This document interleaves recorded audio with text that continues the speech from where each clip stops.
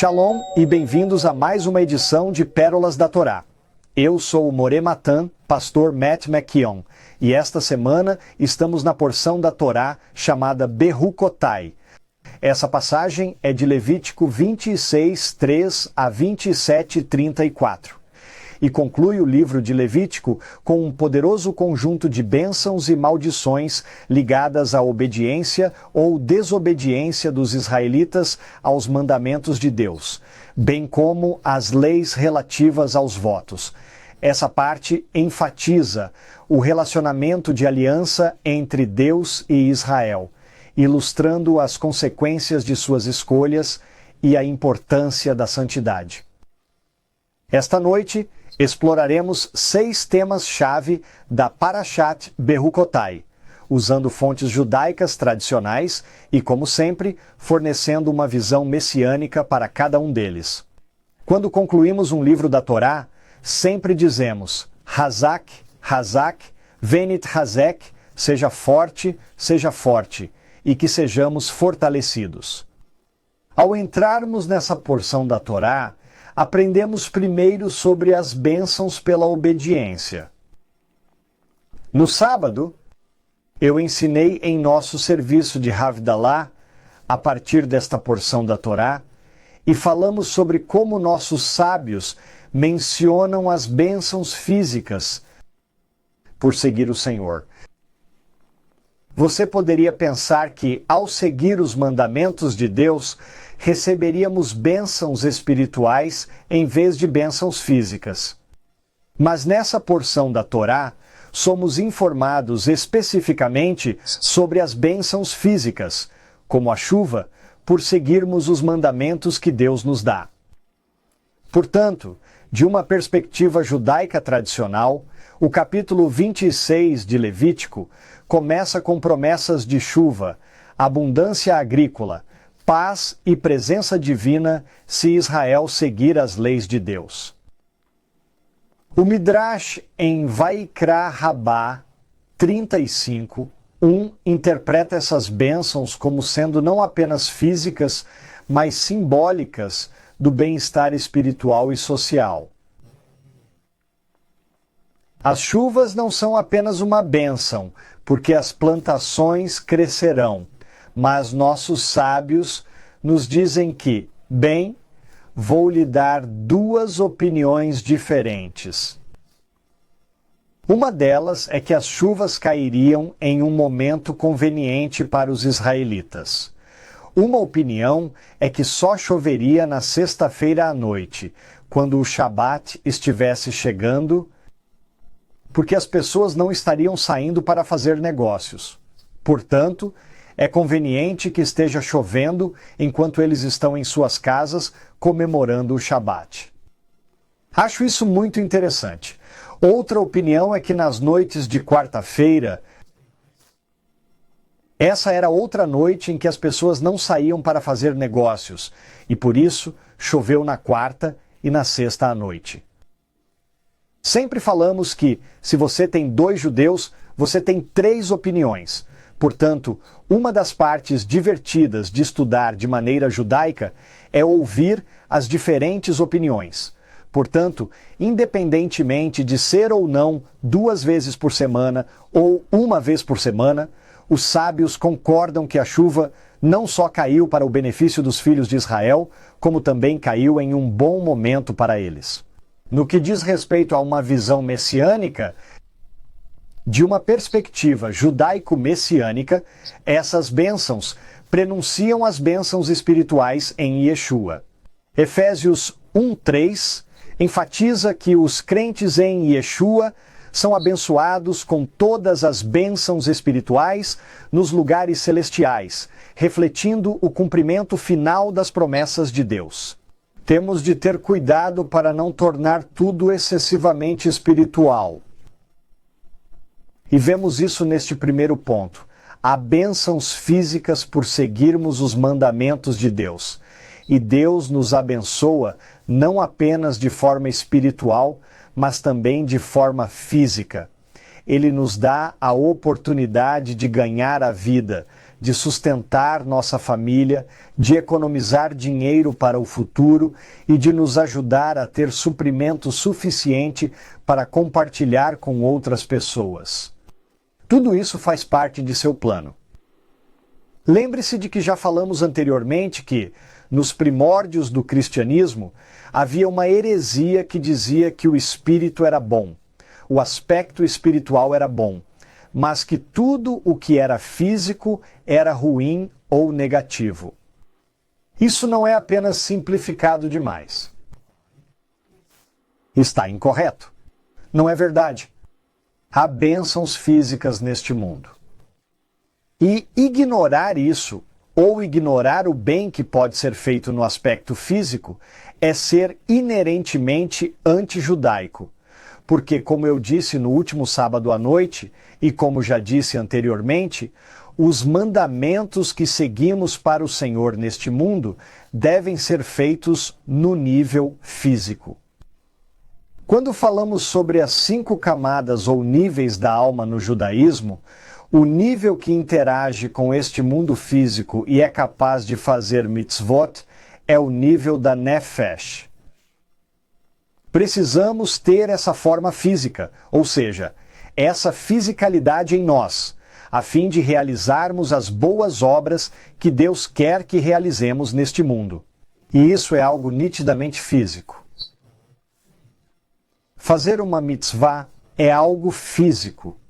Os espíritos não podem realizar uma mitzvah neste mundo.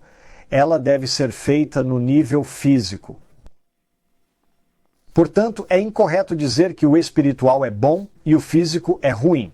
Isso é inerentemente anti-judaico. Mas isso também reforça uma opinião preconceituosa sobre a teologia da ressurreição dos mortos. No cristianismo moderno, nos últimos 100 anos, tem havido uma ênfase no que os cristãos chamam de arrebatamento e uma redução da ênfase no que é chamado de ressurreição dos mortos.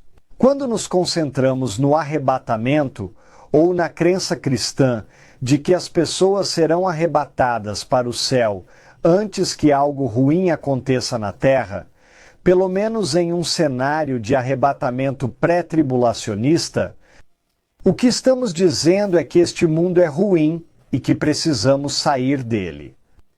Mas não é que este mundo seja ruim porque é físico, este mundo está decaído por causa do pecado, e é nosso trabalho ajudar a corrigir isso, preparar o caminho para o Senhor.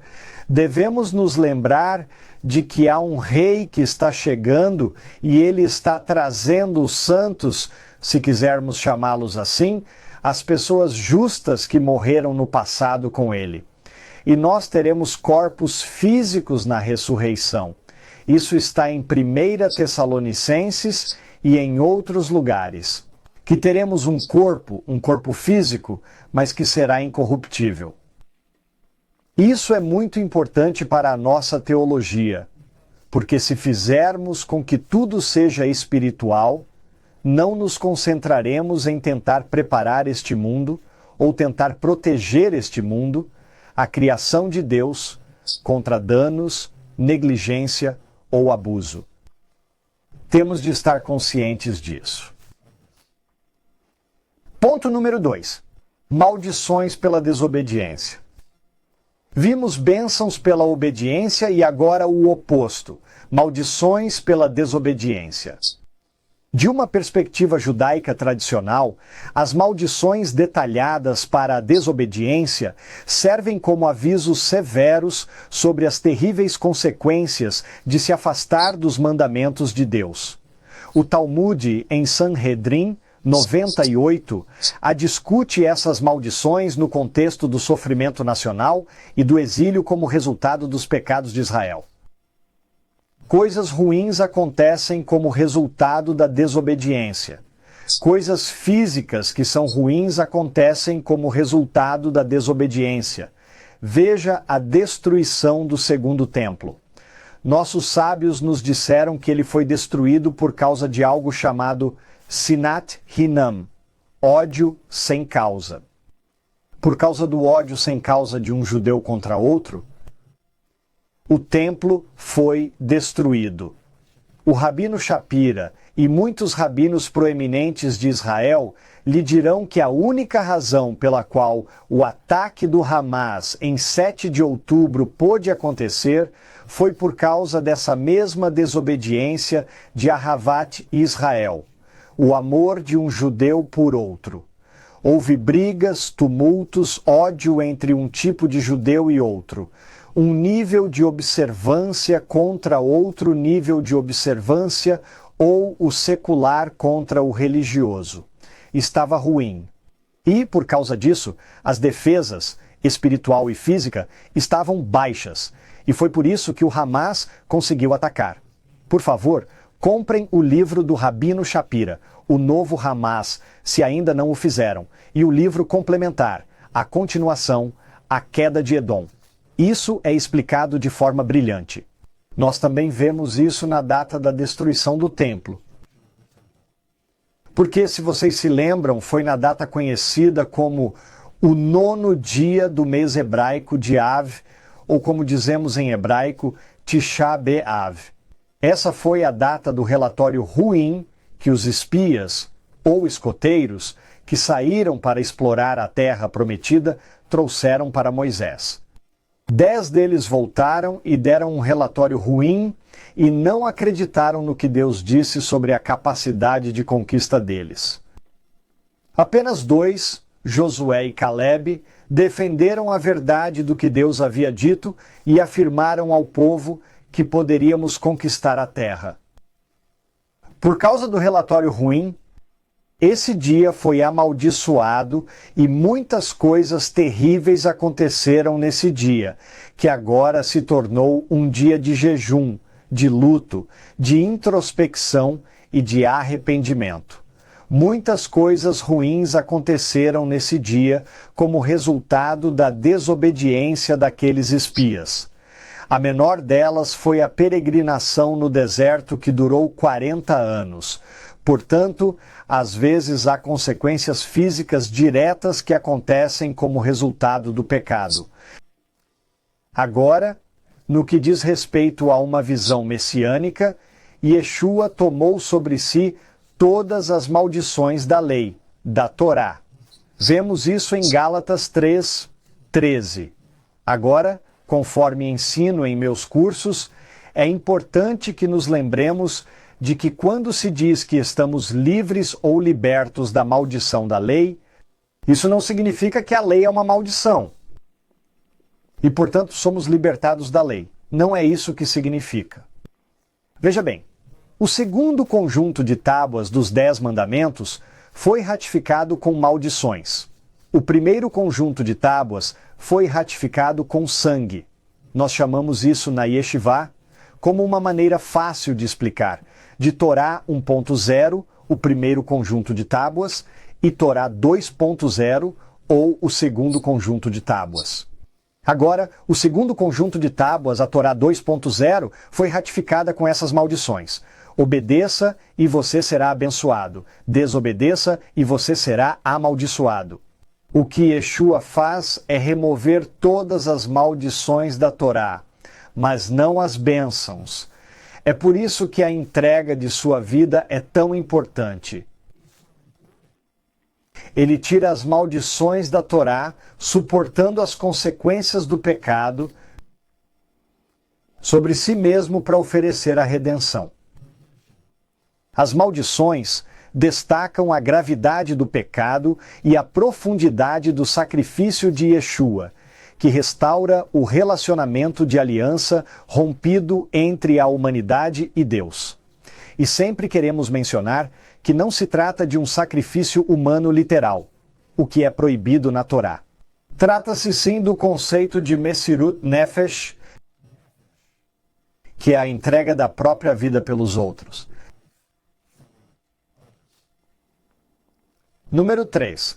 O conceito de Teshuvá, ou arrependimento. Levítico 26, versículos 40 a 42, descreve o poder da confissão e do arrependimento prometendo a restauração de Deus se seu povo se arrepender. Isso se alinha com os ensinamentos do Talmud até o Tratado Yomá 86a, que enfatiza a importância da techuvá para a expiação. Isso é algo que devemos fazer. Lembre-se, a palavra shuv, que está contida na palavra techuvá, significa voltar, retornar, ser restaurado. Isso é importante. Na igreja moderna, acho que passamos a ver o arrependimento como um pedido de desculpas. Dizer que sentimos muito pelo que fizemos. Mas isso não é techuvá.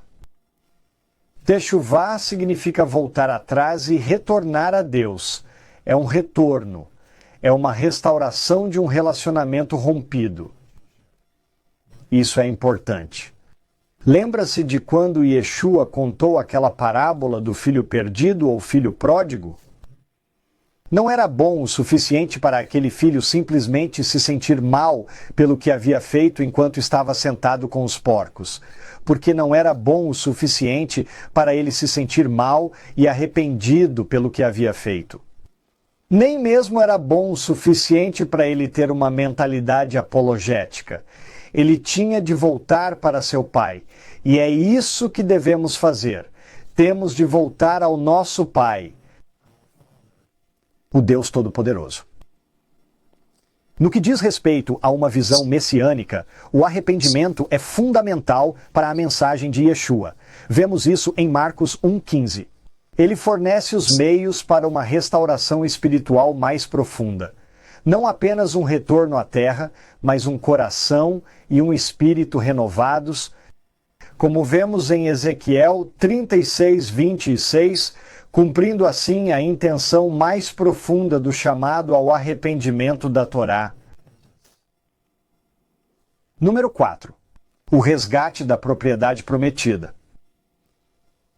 Levítico 27 discute as leis referentes ao resgate de propriedades, pessoas ou animais dedicados a Deus por meio de votos. A Mishnah Arahim 6a oferece discussões detalhadas sobre como esses votos podem ser resgatados.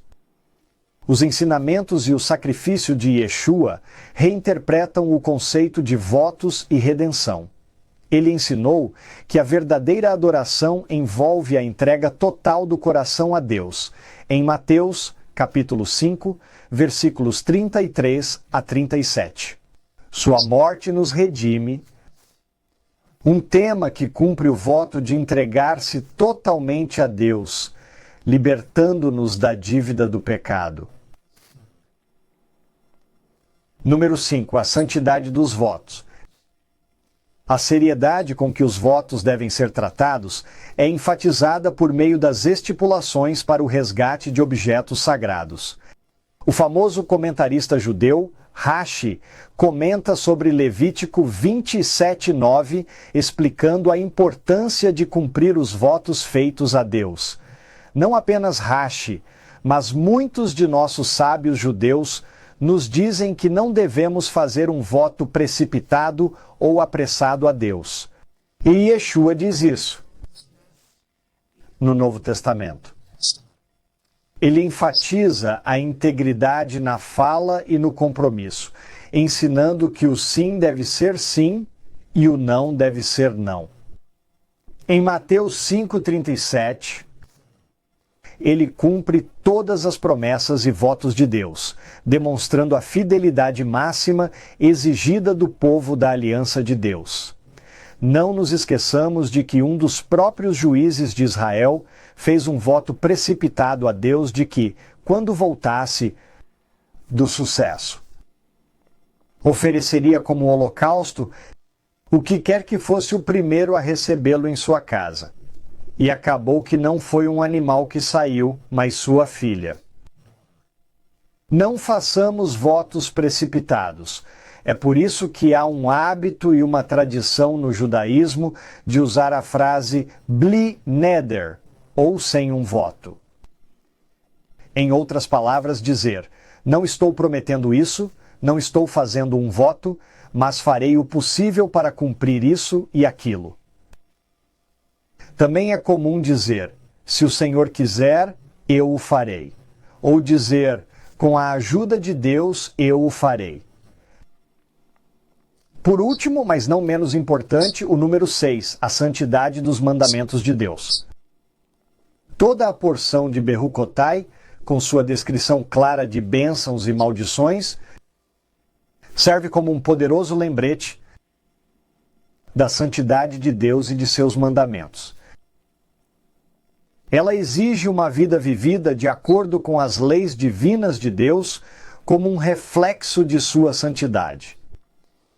Yeshua, em sua vida e em seus ensinamentos, não apenas defende a Torá, mas aprofunda sua compreensão em Mateus 5, 17 a 20, mostrando que a verdadeira santidade é uma questão de coração e espírito, não apenas de adesão externa. Lembre-se de que, em nosso ministério, somos muito firmes em nos posicionar contra a religião vazia. Deus não gosta de religião. Se sua expressão religiosa tiver a kavaná correta, ou a intenção do coração por trás dela, ótimo. É isso que queremos. Não se trata de um ritual vazio. Devemos dar sentido ao que fazemos. Devemos permitir que nosso nível de observância corresponda ao nosso nível de compreensão.